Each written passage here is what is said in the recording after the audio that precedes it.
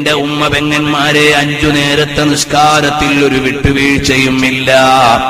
അത് കല്യാണത്തിലാണെങ്കിലും ഇല്ല, അത് മകളുടെ കല്യാണത്തിനാണെങ്കിലും ഇല്ല, നിന്റെ കല്യാണത്തിനാണെങ്കിലും ഇല്ല. പ്രിയപ്പെട്ട പെങ്ങളെ,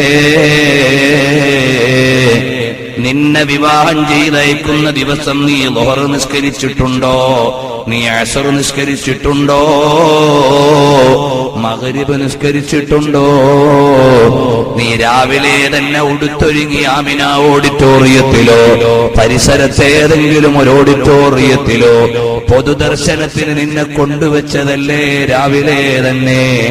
എന്നിട്ട് ദർശനമെല്ലാം കഴിഞ്ഞ് ഉച്ചക്കോ വൈകുന്നേരമോ നീ മണവാളന്റെ കൈപിടിച്ച് പുതിയ ജീവിതത്തിലേക്ക് പോയില്ലേ മോളെ? ആ സമയത്ത് നിന്റെ ളുഹർ നിസ്കാരം മറന്നില്ലേ പെങ്ങളെ?